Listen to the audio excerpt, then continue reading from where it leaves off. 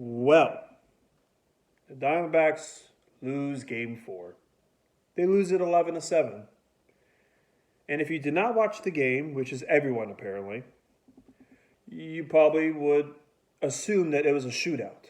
Oh, it was a quick draw. It was offensive firepower, but the Texas Rangers, they were just too quick on the draw. Not really. Before going into the game, I do want to mention yesterday's recap, where I said I was done. Even though I rambled for a half hour, just really unprofessionally, I do want to make my point clear. When the Diamondbacks won Game 2, 9-1, and they just offensively dominated the Rangers, going into Game 3, it was truly the first time in my life that I had faith in them, where I said, I think they're going to win the World Series. When they didn't, I had to keep smacking myself saying, stop. Why? It's been the same story. Why now? I'm sure Ranger fans have had the same talk, and they haven't won it yet, but that's why I emotionally took myself out of the rest of the series. So, the game starts, and it's Man Supply versus Heaney. And the news broke like an hour before the game that Garcia's out for the rest of the World Series. So, you're like, okay, their second best player is out. It's only going to be more embarrassing if you can't beat them then. Oh boy. Man Supply got the job done the first inning, so did Heaney. Second inning starts. Man Supply does give up a hit. And Torrey goes to Castro. I get it. Castro pitched the bullpen day in, what series was it? I think it was game 1 versus the Brewers. I think Castro came in after Fott struggled early and whatnot. And I get that was 3 weeks ago. But I get why he went to Castro, but at the same time I don't, because he pitched yesterday. That was really it. It was 2 outs, a runner on third, and a wild pitch brings home the runner. It's 1-0. Next guy singles. The next guy, he walked him. The next guy singles. So there's 2 men on. Simeon is up to bat. He triples. It is now 3-0. And they take out Castro, and here comes Nelson. Kyle Nelson. And if you gave a damn, you would know the only guy in their lineup that you are not going to throw a strike to is Corey Seager. You got very lucky in the first inning because the first pitch that Man Supply threw was a strike almost right in the middle, and Seager popped it up. Now this time he hit a 2-run homer, and it was 5-0 immediately. The next inning, it's the same story. The Rangers score another 5 runs off of your bullpen, and it was 10-0 in the third. And while I was mad,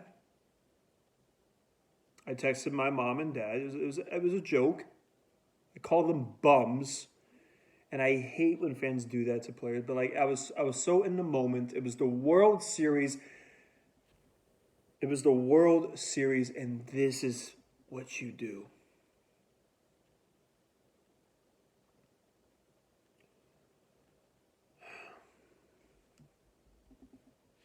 the rest of the game didn't really matter. The Rangers mailed it in. D-backs got a couple of runs. Sure, they scored 7 runs the rest of the way. Final score of it being 11-7.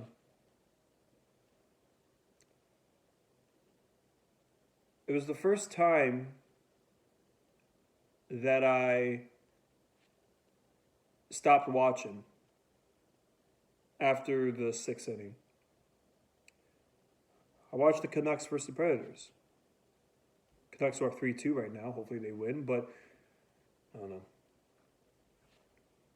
I checked back in the Game Day app, and yeah, it was 11-1 going into the 8th, so they scored all their big runs late. You might have expected me to be yelling and screaming and just say how just a gutless performance tonight was, but like I said, when I mentally checked myself out, I wasn't affected. I was mad, but I wasn't in pain. So, what now? It's not over yet, and I'm sure Ranger fans are worried still. You got 3 chances. You mess up once, it's over. And yes, I'm still out of it. But I'm looking at the way the Rangers have beaten you in these games. And I'm saying, look, it's Gallen versus Evaldi tomorrow, very likely. Gallen has yet to have a game where he can get out of the first inning without giving up a run. If he can do that for the first time this postseason, I think they can win Game 5. They're at home. I really don't think they want to have the Rangers win in their ballpark. They did it twice already. I really don't think they want to lose tomorrow. Sure. It's an elimination game.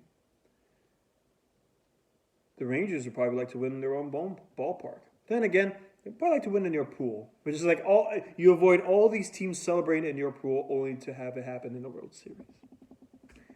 Look, say they win tomorrow. It's possible they almost won Game 1. You go back to Arlington, and it's Game 6 with Kelly versus Montgomery. You saw what happened Game 2. And then it would be Game 7. Probably John Gray versus Brandon Pfaadt. I'm getting ahead of myself, but it doesn't seem impossible. I doubt it so much. I think Bochy's just one of those managers that the players look at and saying, we're not going to allow that to happen. But this team all year has proved me wrong. I laugh.